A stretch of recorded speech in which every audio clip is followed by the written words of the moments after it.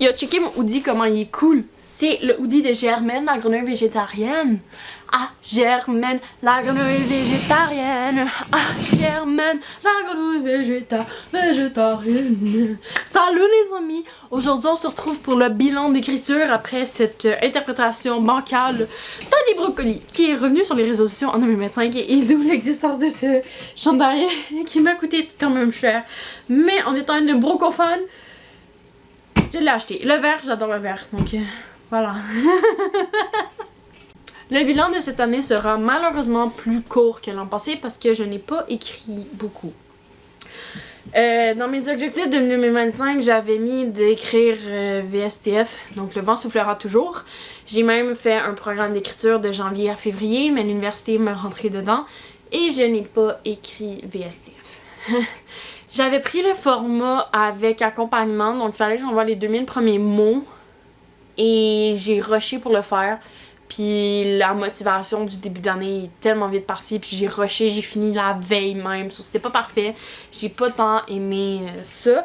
Les retours étaient quand même bons, mais j'ai pas repris le livre depuis et ça, je suis un peu triste à ce propos-là. C'est dans mes objectifs de 2026 de vraiment reprendre, parce que j'ai une bonne nouvelle. Mon deuxième roman est fini et envoyé.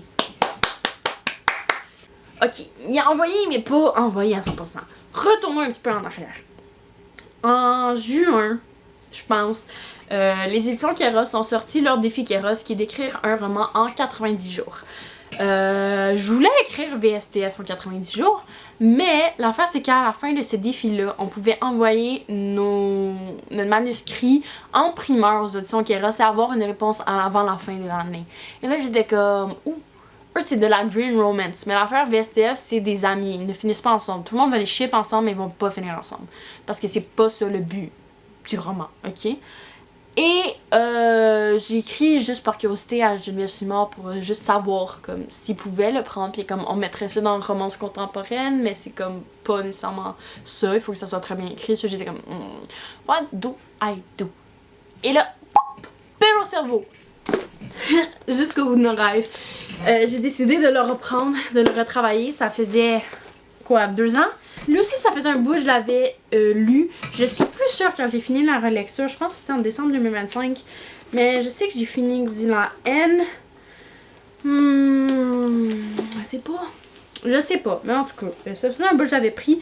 J'ai décidé de le reprendre et de le retravailler. Et pour une rare fois, mais pour la première fois en fait, je l'ai imprimé.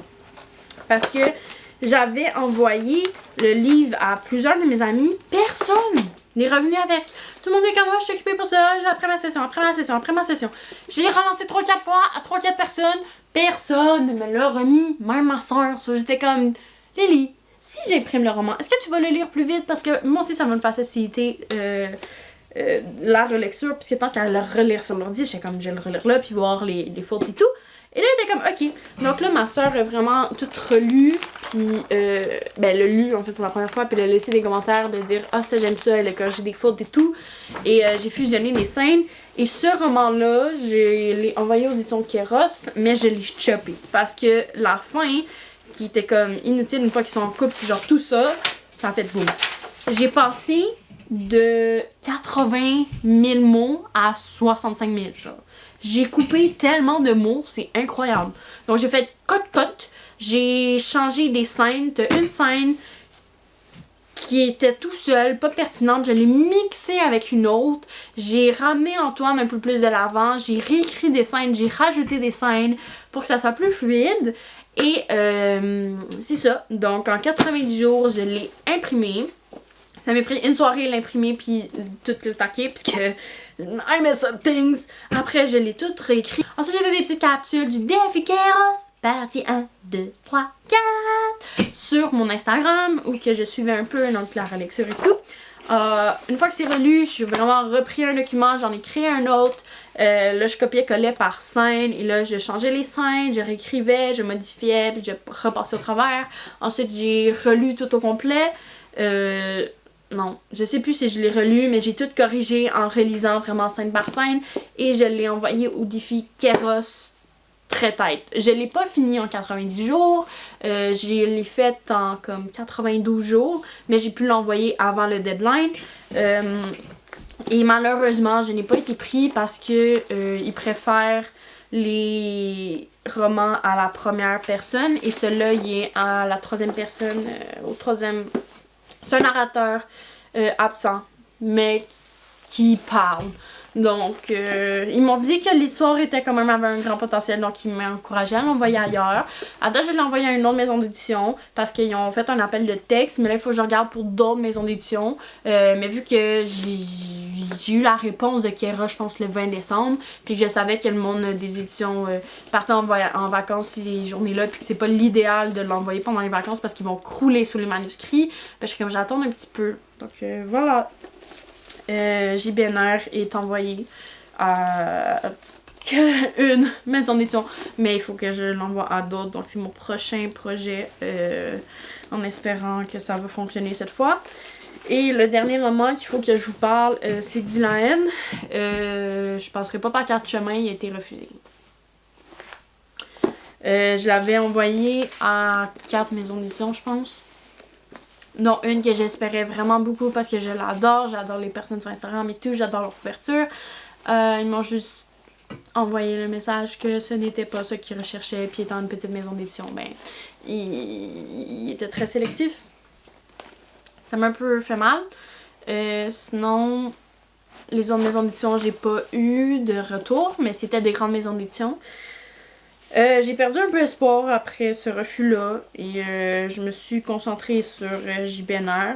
Je sais pas quoi faire avec parce que c'est un roman très particulier. J'ai fait plusieurs vidéos là-dessus. Donc je vais pas rentrer dans les détails de Xylaen, mais c'est une fantasy, une urban fantasy. Puis je sais au Québec, il n'y a pas beaucoup de marché pour ce genre-là. Il y a des maisons d'édition que je pourrais mettre, mais comme sont très petites ou ils m'intéressent pas tant. Mais là, j'ai cherché un peu, j'en ai trouvé d'autres. Faudrait que je regarde quand que leurs périodes de soumission sont vertes. 2, s'ils publient de l'urban fantasy. Je pensais que les éditions que je voulais vraiment y en publiaient, mais ça a l'air que non. Et j'ai pleuré, on va pas se mentir. C'est rough, mais j'abandonne pas. Je vais peut-être reprendre le roman à un moment donné, sûrement le vieillir, parce que là c'est comme une ado, mais les sujets sont très dark. So, c'est comme entre les deux. Puis il y a des maisons d'édition qui veulent juste de la romantaisie, puis il n'y a pas de romance, c'est vraiment un personnage tout seul. Puis c'est très complexe, il y a du potentiel, mais personne n'a lu ce roman-là, donc je sais même pas en fait. J'avais fait évaluer les 2000 premiers mots. Puis, ben, il y avait quand même des choses qui semblaient intéressantes. J'ai tout modifié, j'ai quand même mis de l'argent dessus pour la correction. Ben, pas pour la correction, mais pour les premiers chapitres et tout. Donc, je sais pas ce que je vais faire. Peut-être J'avais perdu espoir, honnêtement, je pensais même pas considérer le renvoyer en 2026. Mais là, j'ai été sur Instagram un petit peu, j'ai cherché des maisons d'édition, je pense sur ChatGPT pour savoir qu'est-ce qui publiait de l'urban fantasy, j'allais voir un peu les lignes éditoriales, puis j'en ai trouvé 2-3 autres que je pense que je vais retravailler un peu le synopsis et tout, et que je vais réessayer l'envoi, mais c'est ça. Je n'ai pas de plus roman prévu pour 2026. Puis on s'entend, si JBNR est accepté, ben ça ne sera pas publié avant 2027. Donc, c'est ça, c'est juste une question de temps. J'ai juste 20 ans, je suis jeune. Le monde me dit justement que mes écrits ont du potentiel, mais c'est peut-être juste pas le bon moment, c'est pas la bonne maison d'édition, c'est pas la bonne chose. Donc, je vais continuer à écrire. Donc, voilà. Le petit recap de cette année, le STF, je l'ai pas écrit. Le programme d'écriture était très rough avec l'université, puis après, ben, j'ai fini l'université, j'ai embarqué sur ma job d'été, puis là, j'ai embarqué sur JBNR. J'ai fini JBNR au mois d'octobre, je pense. Ouais, on l'a envoyé le 14 octobre, mais après ça, c'était ma fin de session qui me tuait. J'avais 10 travaux d'équipe, j'avais pas le temps. Je voulais écrire VSTF avant Noël, ben avant, genre, pendant mes vacances de Noël, j'ai pas eu le temps. J'ai pris le temps de lire 6 romances, you know. J'étais KO, je voulais juste dormir, donc j'étais sur mon divan évaché en train de lire. Je prenais des sièges, j'allais au gym, je faisais plein d'autres choses autres qu'écrire. Puis là, je fais cette vidéo-là. Plusieurs soirs, une fois sur le gym, j'avais une idée très claire d'une scène. Puis j'étais comme, ah, j'ai arrivé chez nous, je vais écrire. Je suis arrivée chez nous, j'ai dormi. Et j'ai fait le montage de 2025, je pense, sur mon cell. Ça m'a pris 2 heures. Donc, c'est ça. J'espère retrouver ma bonne volonté d'écrire puis finir mon 3e roman cette année. Mais c'est ça. Honnêtement, ça décourage un petit peu quand t'as juste des refus parce que t'es comme pourquoi je passe autant de temps à écrire si ça me donne rien. Mais en même temps, c'est ma passion. J'adore écrire, j'adore créer. Mais c'est juste, je n'ai pas l'argent pour investir énormément. Puis des fois, le temps il manque avec l'université, des choses de même. Ça, je dois faire des compromis. Mais en même temps, si je veux que ça soit mon métier plus tard, ben il faut que je prenne le compromis puis écrire. Donc, je sais pas, je m'en vais où. Mais l'avenir nous guidera. Voilà. Bon, je viens tout juste de rancher ma caméra. Mais il y a un petit message que j'ai goût de vous laisser. Les refus, ce n'est pas un indicatif de votre valeur personnelle. Moi, même si c'est quand même dur de dire que mes romans ont été refusés, je ne pense pas qu'ils sont de la merde. Des fois, il y a des personnes qui sont refusées parce qu'ils mettent pas les efforts. Les maisons d'édition, ils disent, non, c'est pas abouti, on ne sont pas corrigés. Moi, j'ai fait des efforts, j'ai fait un programme d'écriture, je corrige avec Antidote, je prends le temps. Et si c'est pas en 2026, ça sera en 2027. Je vais continuer à prendre le temps d'écrire pour m'améliorer et un jour, il y aura un oui. Je sais pas combien de temps ça va prendre, mais je me bats pour mon rêve. J'ai juste 20 ans, j'ai encore le temps devant moi. C'est sûr que je voudrais que ça décolle maintenant. Mais si c'est pas le cas, c'est hors de mon contrôle. Tout ce que je peux contrôler, c'est la qualité de mon écriture, de me pencher, de faire des romans crédibles, des world building crédibles. C'est ça que je veux travailler. Et c'est ça que je veux faire avec VSTF. Continuer de progresser. Et d'accepter que c'est pas un nom catégorique. Puis justement, Xylaine, peut-être je vais leur prendre 2-3 ans, le relire, le réécrire, le modifier, puis que là, ça sera bon. Je sais pas, mais c'est pas parce qu'il est refusé maintenant que je vais jamais être publié.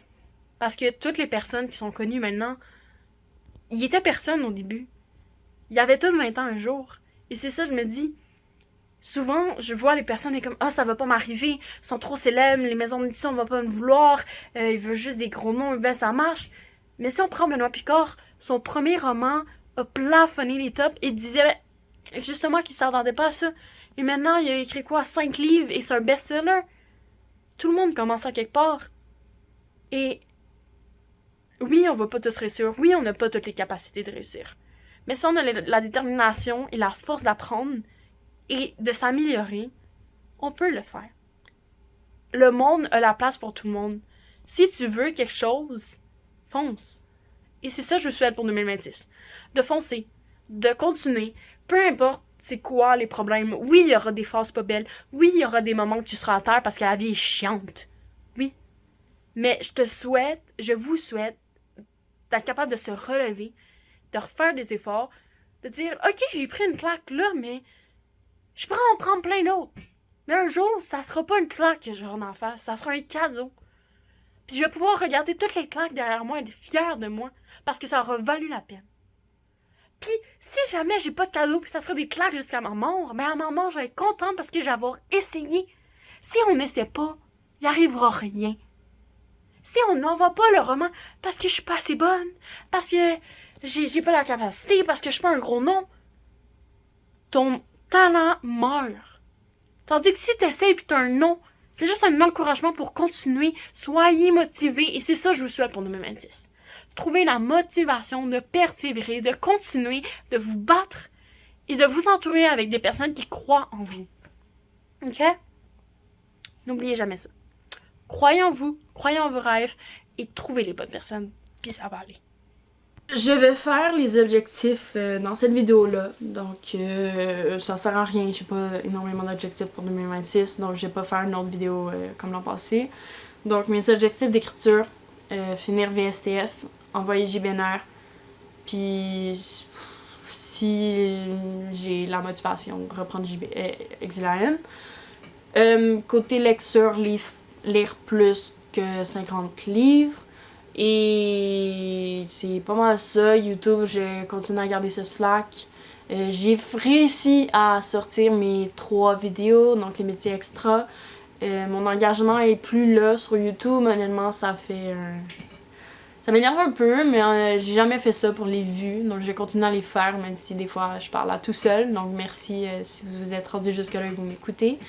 Je sais pas qu'est-ce que je vais faire. J'aimerais tellement ça, faire vraiment une vidéo par mois, puis vraiment amener du contenu, faire des revues, faire des vlogs. Mais l'université... c'est pas dans mes priorités en ce moment, mais je vais essayer fort parce que ça me manque. J'adore faire ça, j'adore faire le montage. Je vais essayer de trouver. Puis justement, là, j'ai des vlogs de prévus que je voudrais vraiment faire. Donc j'ai essayé de trouver le temps, puis de faire le temps. Puis là, j'ai juste 4 jours d'université, donc je vais avoir moins de jours de travail, plus de jours de congé. Avant la dernière session, j'avais aucun jour de congé. J'avais cours, travail, dimanche, ou que c'est mon lycée de la semaine. Tandis que là, je vais avoir congé, école, non, congé, travail, école, congé, travail. Donc je travaille moins que ce que je voulais, mais en même temps je peux prendre des chiffres semaine par semaine. Donc si jamais il y a une semaine je suis bien motivée pour faire des vidéos, ben je peux ne pas travailler genre. Donc 2026 s'annonce du changement, une